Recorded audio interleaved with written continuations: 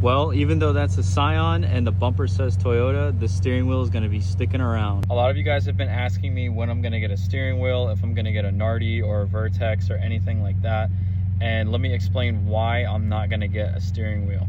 So right here obviously is the airbag. Whenever you get an aftermarket steering wheel that doesn't have an airbag right here, like a Nardi or a Vertex, usually you run a full harness and an aftermarket seat.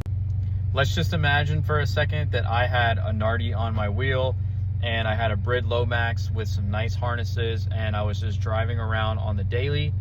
Well, if I got rear-ended or if something happened where I got in a front-end collision, my head is going to go flying forward like that. My harness is going to keep me in my seat like this, and there's not going to be anything in front of me like an airbag to stop my head from going forward.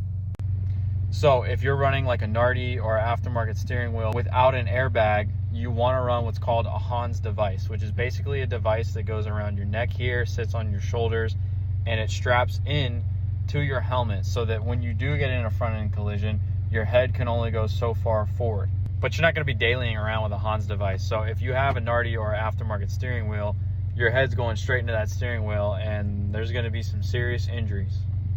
So because the FRS is staying as a street car, this bad boy right here is going to be staying on the car.